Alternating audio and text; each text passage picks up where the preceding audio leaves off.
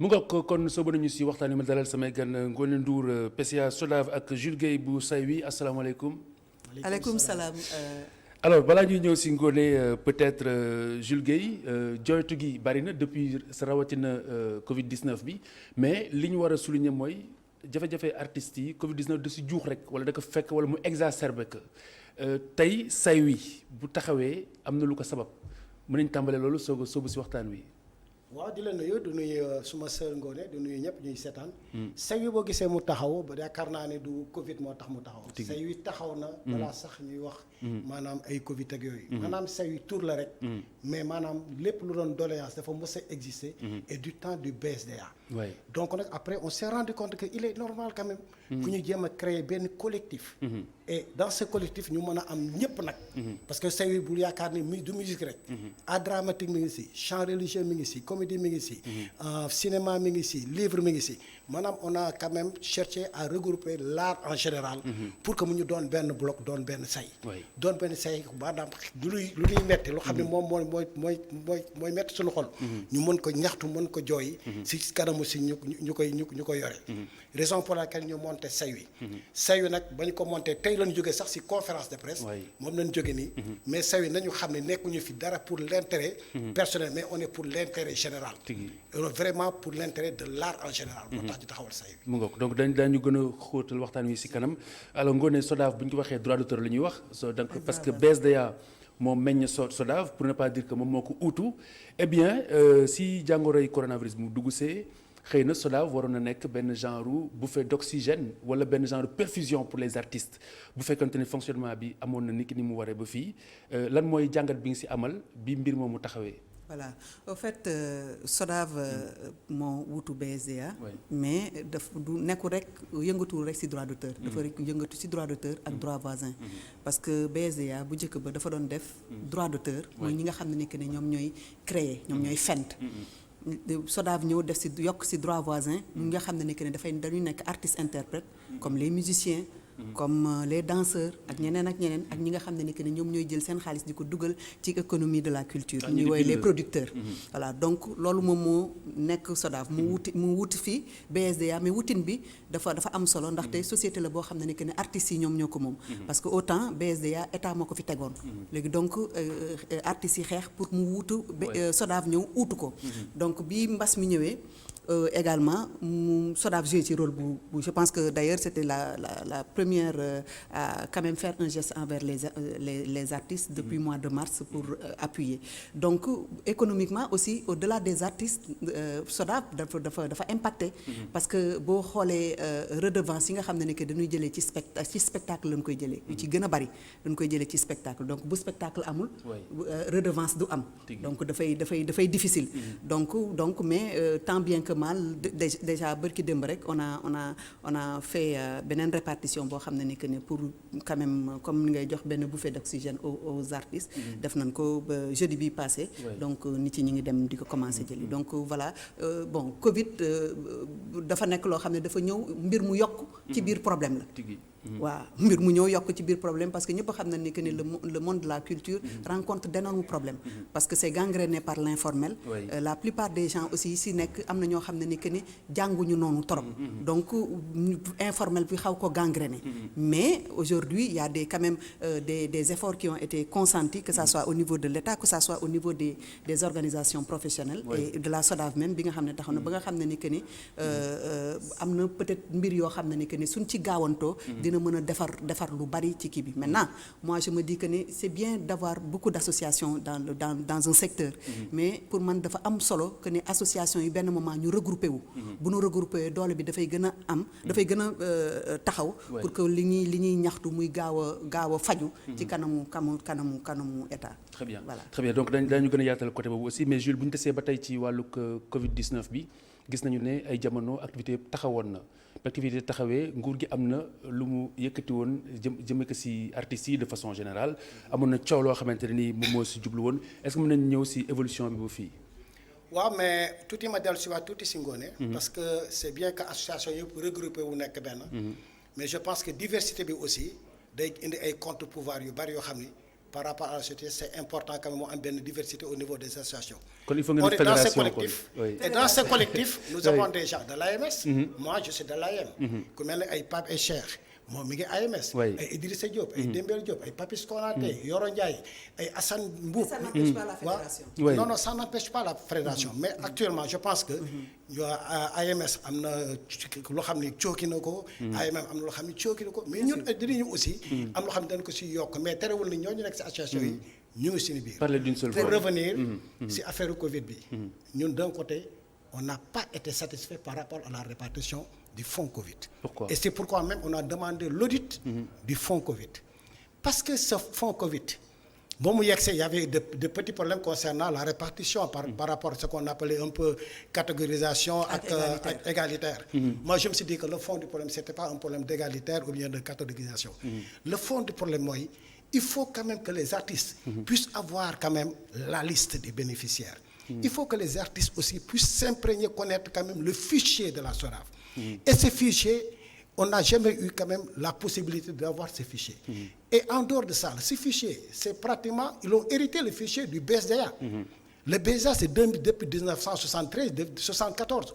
Et Sibir, 73, depuis 1973, même fichier boobu. Artistes yi fa nekk am na ñu dee. am na ñu xam ne génn bitim réew. am na ñoo xam ne ils ne sont plus en activité. loolu tax fonds Covid boobu ñëwee aussi ils ont ñoom seen bopp def nañu xaalis jox ko ay association pour def répartition. Et moom du ma démentir parce qu'il y a des gens qui ont eu à percevoir 3 fois. Oui. Il y a même un membre du conseil d'administration dans un plateau de la télé.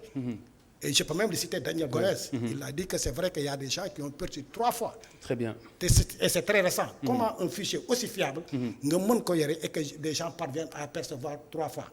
De raison pour laquelle nous demandons qu'il y ait quand même l'audit de ces fichiers. Très bien. Et sans ces fichiers, madame, fonds Covid, bon, il excès. Vous n'êtes que SODAV, ligue, on a une carte de membre. SODAV, 4 ans, on a une carte de membre. Comment 4 ans, on a une carte de membre. C'est pas possible. Très bien. Alors, Ngoné, d'abord, si fichier bi nga réagir ba ñëw si carte bi. Voilà. Donc il faut savoir, il faut pas mélanger les choses. Parce que le fonds Covid bi mu arrivé, c'est pas, on n'a pas pris tout l'argent, nous remettre à la SODAV. Oui. Il y a une partie de l'argent qui a été remis à différentes associations. Donc bu ñu demandé audit nañu demandé audit du ñëpp. Le fonds bi ñu joxe SODAV c'est 1 milliard des 1 milliard 500 revenant à la des 500 millions yi la ñu jox association. ñu séddale ko association yi nga xam ne que ni ñoom ñoo nekkoon ci comité musique bi. jël 1 milliard bi jox ko SODAV. Donc bi association yi ñoom ñoo njëkk répartir parce que ñoom la ñu njëkk jox ñoom ñu commencé def ci seen par rapport ak seen i membres. Donc SODAV bi mu ñëwee ministère de la culture demandé à ce que la SODAV ñu fournir ko nu mu tuddati la liste des ayants droit que ñoom ci liste des ayants droit yi ñoom ñooy jël ñoom ñooy pointé c'est le ministère de la culture qui a pointé dindi ñi nga ci selon ñoom ñi nga xam ne ni que ne ñoom gis nañ leen ne que ne bokk nañu feneen jël nañu feneen déjà. Donc pour résumer le travail de tri ne vous engagez pas. Ne nous engagez pas. Nous on a pris le fichier, on a remis ça au ministère de la culture qui a fait le travail de tri. Ce travail de tri là bi ñu ko récupérer c'est la ñu commencé ñun jox. Tu vois ce que je veux dire. Donc pour le fonds Covid l'essentiel l'État du Sénégal bi muy jël fonds Covid di ko teg dafa teg benn kuréel boo xam ne da koy saytu. Ça moom c'est très clair, ce n'est pas uniquement pour la musique mais tous les secteurs qui ont eu à bénéficier de ce fonds là, ils vont être audités. Que ça soit que la SODAV que ça soit les associations, que ça soit tout le monde. Donc problème bi il faut pas que ñuy mélanger. Pour man la SODAV këru artistes yi lañu. Artistes yi lu ñu si bëgg moom moo siy nekk li am importance moom mooy que ne kër boo ko moom mooy li nekk ci biir da nga koy saytu c'est pas une question de carte parce que du carte de membre moom mooy doxal SODAV y a des problèmes yoo xam ne xaaral rek y a des problèmes au niveau de la SODAV yu ñu bëggoon yu que ne artistes yi taxaw ci yu baax. J'ai bien aimé quand vous aviez parlé de copie privée. Copie privée c'est quand même un droit boo xam ne économiquement pour les sociétés de gestion collective c'est hyper important parce que tout simplement ça permet quand même aux autres ayants droit que ça soit les artistes interprètes les producteurs de pouvoir percevoir et que dafa am njëriñ parce que support yi nga xam ne dañuy mën a enregistrer son ak image bi ñu dugg ci biir dëkk bi dañ leen di dindal benn redevance pour copie privée. Am na yeneen mbir yoo xam ne ni que ne pour man artistes yi nañ ciy taxaw yoo xam ne ni que ni loolu laay wax des fois fédération dafay baax parce que nit association mën na am fu ne mais quand il s'agit de parler de parler d'un problème bu ñëpp àndandoo dafay am doole. Très bien. vois ce que je veux dire. alors voilà. pour tëj waxtaan wi bu dee loolu mën na ko tëj. waaw. yéen li doon seen taxawaay ci mbir mi mooy yëkkati liste bi ngeen yoroon mettre ko à la disposition du ministère. mu trier mu dem ak cëggal guyam. waaw jox ñu ko jox ñu daf ko trier waaw ñu ne jox leen génne ñi nga séddale. xam ne ñoom pour ñoom ñooñu jot nañu ba pare. Très bien. Maintenant si quelqu'un perçoit 3 fois wala 5 fois wala kii c'est pas de la responsabilité de la SODAV. Parce que nous on nous a remis. donc je pense que aspect boobu leer na waaw. alors Jules am na lu bari lu ngeen di jooytu ci wàllug charte yoo xamante ne ni xëy na matale nañu ko ba noppi fi ñu ko war a matalee waaye doxewuñu ko ana tey lan moo ci gën a fës. waaw mais attends avant damay dellu si waat wax ak moom si les copies privées. Oui. foo ma wax si parce Oui. que loolu ñun daf ñu intéressé.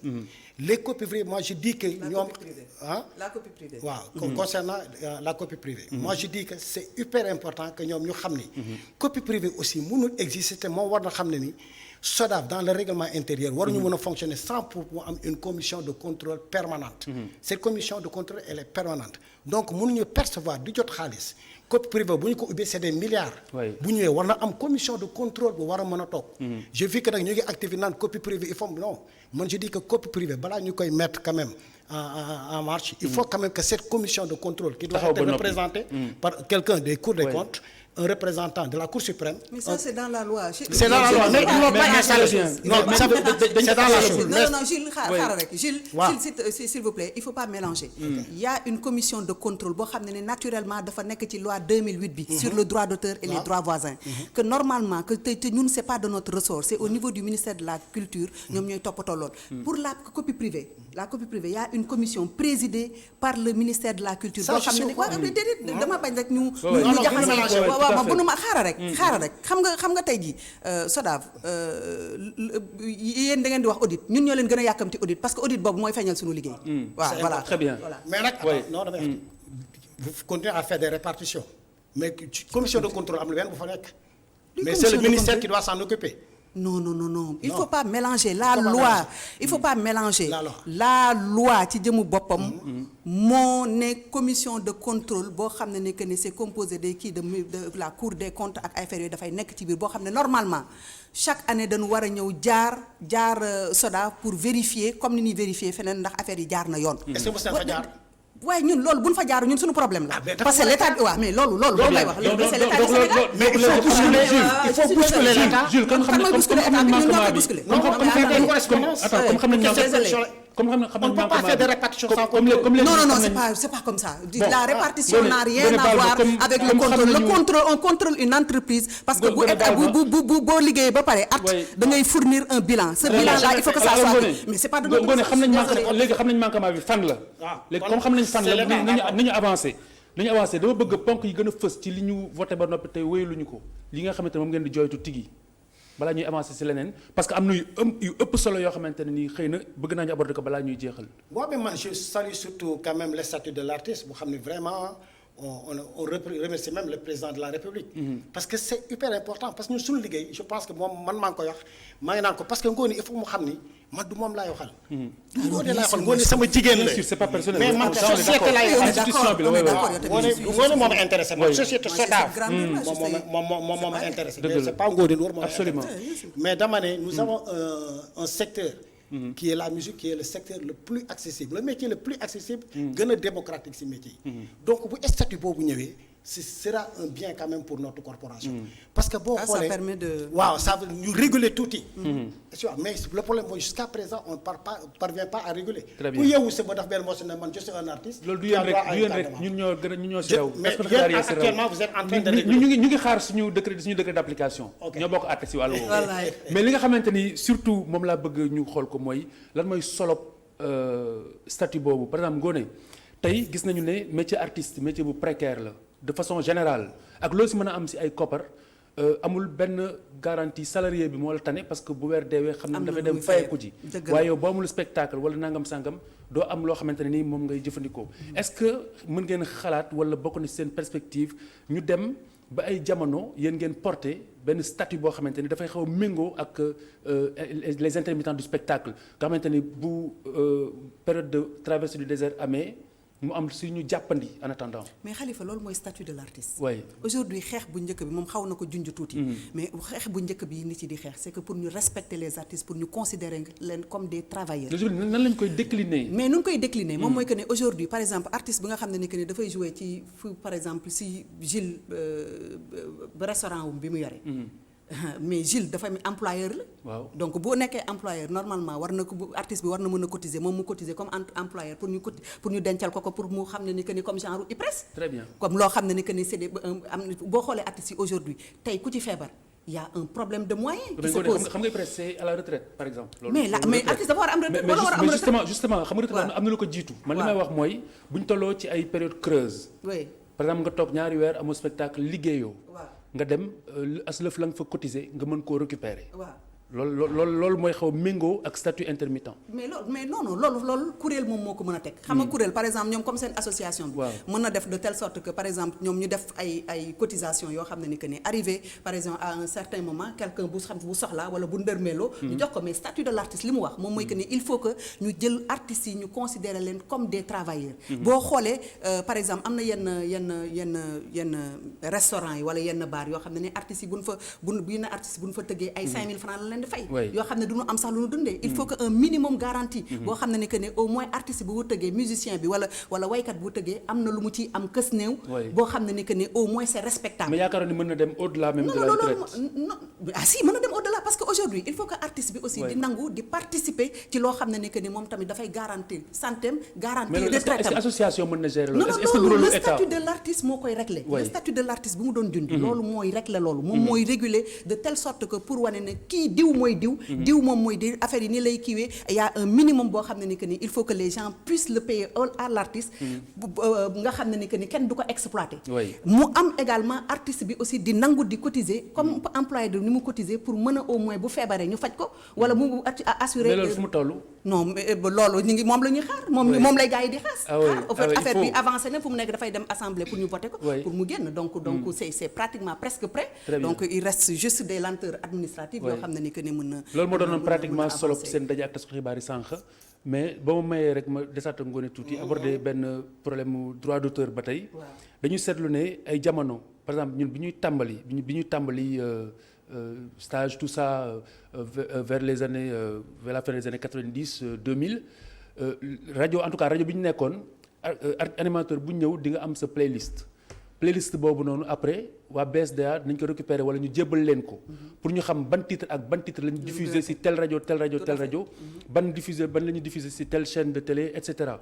bu ko defee buñ tolloo sa càppaandaw ga artistes bi ñu diffuser seen ay morceaux mën a fayeeku nëga ni tey yow da ngay am sa publicité ñaari poti tamaate jël wayu Samba Ndiaye dugal ko te moom du si am dara te gis nañ yeneen réew da ngay am benn publicité benn tube dund si lu ëpp retraite bi ngay jooy nii. mais bien sûr est-ce que loolu mën na si toll. en fait ñaari problème yi ñoo bokkul. oui problème mu documentation moom mooy gën a li nga xam ne ni que ni moom moo gën a sonal. les sociétés de gestion collective. parce que aujourd'hui boo xoolee les radiodiffuseurs. problème yi ci comme on parle de radiodiffuseurs. qui sont des mauvais payeurs d'ailleurs. c'est-à-dire que li ci gën a difficile. moom mooy que ni pour ñu remettre de la documentation.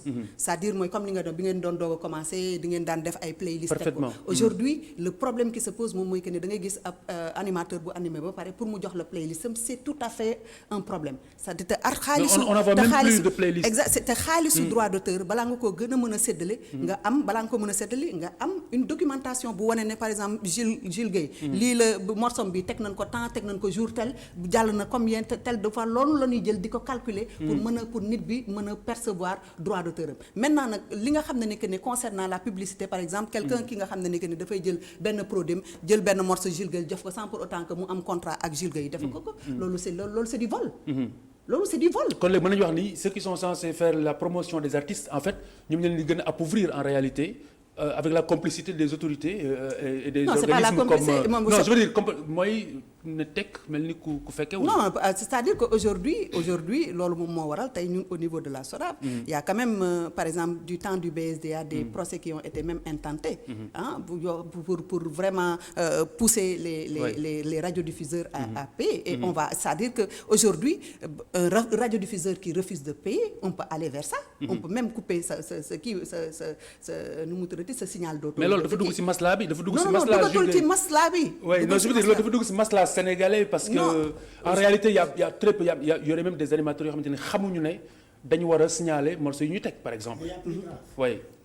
dafa dama xam ni SODAV ñu xam ne dunoo war a fay. muy ay télé ay rajo. au lieu ñu jël seen xaalis dama yóbbu ko SODAV ils préfèrent jël seen xaalis yóbbu ko à la caisse de consignation et de dépôt. je pense si vous êtes au courant de ça war nga yëg loolu. déedéet caisse de consignation et dépôt ñu boobu te fa la ñuy dem teg seen xaalis et ils disent que ils n'ont pas confiance à la SODAV. la SODAV dafa nekk une société buy innover par exemple boo xoolee en Italie. non mais li ngay wax ne Jules c'est très grave. parce que c'est très grave. parce que et avec des preuves à l'appui. non déglu ma avec des preuves à l'appui. parce que ils n'ont pas confiance à la gestion de la SODAV. ça n'a rien à voir. avoir confiance ou pas loolu beneen wax la. mais koppar yi dafa am foo xamante ni moom mooy jëmoom. fa la war a dem mais ñu ko fa déposer bis bu leeree ñu jël ko fa jox leen ko. déedéet ça n'a rien à voir. vous ne pouvez pas être artiste. ñëw toog fii di défendre les radiodiffuseurs yi nga xam ne ni que. mais je ne les défends pas. mais que soo ne bu leerul. tu sais que c'est pas je ne comprends pas Gilles toi aussi. je ne suis pas là à défendre ces gens-là. waaw mais c'est man. et d'ailleurs c'est qui man je ne suis pas au courant c'est qui. pourquoi je vous dis que c'est qui du ma wax kan la. mais dama la xam ne loolu am na xoolal bu ñu demee nag bay def suñu audit wala ba ñu laaj ma loolu yëpp na nga xam kan ak kan la mais dama lay wax ni leen dafa am SODAV dafa war a innover boo gisee la société des droits d'auteur comme en Italie. société des droits d'auteur bi boo gisee seen société des droits d'auteur am nañ ay hôtel am ay transport. mais maanaam musicien mën na toog. loolu yeneen aspect la man li ma ñor te ma yéene ko artistes yi mooy. mooy ku si def benn tube bu dox Sénégal yëpp dégg ko fii ak diaspora ak Gambie fépp mu mën laa dundal sax ay ati at loolu xew na si àdduna bi ba tàyyi. am na ñoo xamante ne benn tube lañ def benn tube. ba tey moo leen dundal seen njaboot. ces temps-ci loolu am na si àdduna bi. ces temps-ci y a un gosse rappeur may ma ngoone. y a un gosse rappeur bu génnee def benn vidéo dans les réseaux sociaux. moom mooy xaw ma luy noos. waaw xaw ma lan noos. mais nee na waaw ku xeebul sa noos xaw ma sa noos. mais il l'a dit et c'est dans les réseaux sociaux nee na un franc lekk ko si morceau boobu ba léegi. cela veut dire que c'est terrible et kooku loolu type la. mais loolu manquement yi. non manquement yi aussi mooy li nga wax nii maanaam les diffuseurs. il faut quand même war na am. maanaam morceau bu ñu teg muy rajo muy télé fu mu toll et ça se passe à l'extérieur. est-ce que vous avez un dispositif de rappel est-ce que vous avez un dispositif de rappel à l'ordre. waaw c'est-à-dire que gars yi fay non c'est-à-dire maintenant nag ñu ngi commencé man ak yow jubóo. waaw xaw la non jubóo gu ñu non jubóo SODAV laay jubóol fi ñu nekk nii. non jubóo bu rafetee rek ñu jubóo. non amul rafet ñun lu rafet la nu mës a def. on n'est pas là pour faire du faux wala du kii c'est pas ça il faut quand même ñu mesurer suñuy ay cadres. Aujourd'hui c'est-à-dire que radiodiffuseurs yi déjà radiodiffuseur balaa moo mën a nekk ne dafay jox documentation bu mat mu réglo c'est-à-dire que le fond du problème c'est ça am na y a plein de radiodiffuseurs yoo xam ne ne ubbi nañu te amuñu un contrat avec la SODAV. y a plein par exemple au niveau par exemple des radios communautaires su ma la génnee date yi dafa bari. mais est-ce que xam nañu bu baax parce que aujourd'hui soo génnee musique nga génne téléfilm ci ay télé la cay def moom mooy information France 24 ngay am. loolu moom mooy waxu dëgg. aujourd'hui il faut qu'on respecte beaucoup plus les artistes. il faut que artistes yi aussi mën a porter combat boobu ñu jàppale seen société de gestion collective. c'est-à-dire que aujourd'hui moi j'attends aussi sur ce combat-là les artistes qui demandent aux radiodiffuseurs d'aider à payer les sociétés de gestion. loolu ngay wax ils sont contents qu'on mette les non li ngay wax nii par exemple li ngay wax nii que ne am na ay artistes yu nga xam ne ni que ne autant dañ doon génne tube ñuy kii. mais il y a plein d'artistes yoo xam ne ni que ne ils gagnent beaucoup d'argent avec la SODAV. Par exemple ci artistes yi nga xam ne ni que ne dañoo xew. je vais pas citer de nom qui gagnent de l'argent avec la SODAV. il y a des artistes yoo xam ne ni que ne c'est les religieux. en moyenne beaucoup d'argent mooy que ne ñu fan daan jotee 100 000 bu njëkk. tey ñu ngi fay jot ay millions. nous on a les chiffres nous on parle pas avec des kii on a les chiffres. aujourd'hui ce que la SODAV mu def depuis bi mu jëlee BSDA. en 3 ans. BSDA l'a fait en 9 ans. Très bien loolu moom mooy. alors je pense il faut que ñu gën a yaatal waxtaan bi Jules Guèye parce que waxtu bi def nañu.